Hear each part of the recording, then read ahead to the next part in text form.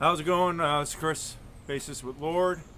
Been with the band since 2014, and I'm gonna discuss a little bit about our new record, Desperation Finds Hunger in All Men.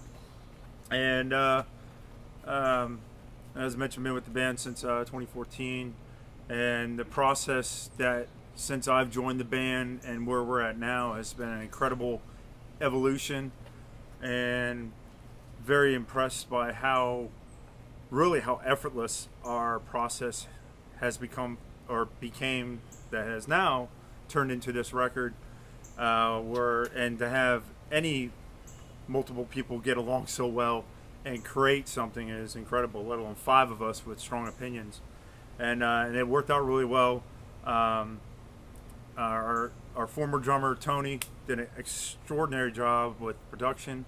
I, as a bass player, have been looking for sound, and this record definitely got it. I never thought I would ever play with any distortion, but it worked out real well. That between a little bit of dirtiness, some cleanliness to my sound, and pretty much the guys let me do what I want to do, and that is stay with the rhythms, but also be my flash that people sometimes expect or don't expect.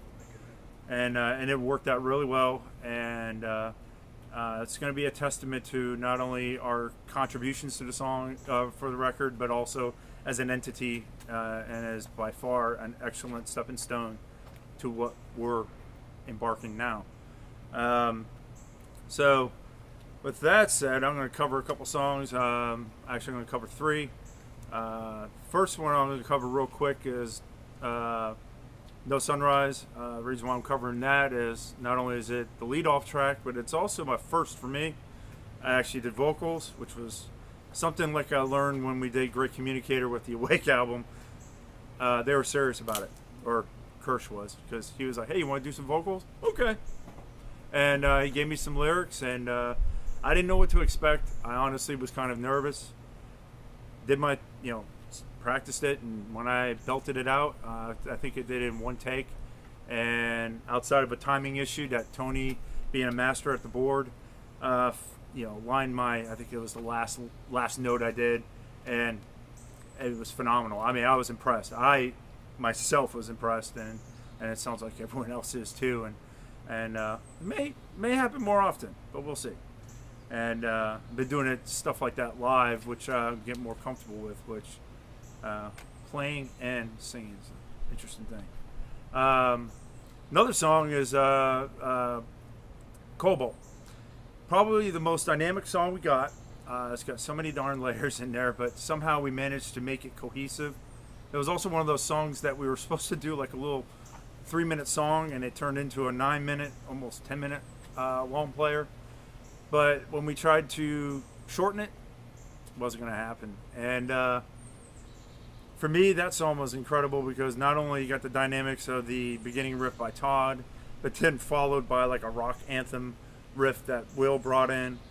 And then I got to do a little Cliff Burton-ish worship in the midsection of the song. And then there's vocal deliveries are all over the place. I mean, we got the clean vocals. We got Noah from Aphasia, who did an incredible contribution, and then of course with Todd doing his stuff. I mean, it was just amazing how many layers were going on, and it very cohesive, and I think very listenable. And at the end of it, that was the second time I actually utilized an upright bass, which I think worked out pretty good, and hopefully you all like that. And looking forward to seeing how much I utilize that instrument in the future. And lastly, we did another. Go ahead. Okay. Darn it! I was trying to keep it under 5. Last song is Linger, Lonesome Linger. It rounds out the whole record. That one was a unique one. We had 2 songs that were unique. One was Nature Knows No Kings, where 3 of the guys did their thing, and then with Linger, Kirsch, Will, and I. Will brought a song, and Kirsch had an idea lyrically to do an acoustic, and their idea was to bring out the upright, and I was like, okay, let's give it a shot. So I spent about I don't know, a couple months getting ready to relearn an instrument I hadn't played in nearly 20 years, to include the rosin and the bow. And I thought with how it worked, everyone was in separate spots, did their stuff individually, and it just came together. And I think as abrasive as this album is, having something end the way it does, the way the record ends with this song, I think should not only turn the heads but also stir a lot of emotions, because it sure as hell stirred a lot of emotions with me when I misinterpret the lyrics early on, and then adding to the fact that, you know, just everyone's parts came together so well. And it was a first for me doing what I did on the upright, and also Kirsch recording that said instrument. So it worked out really well, and hope you all like it, and see you out there.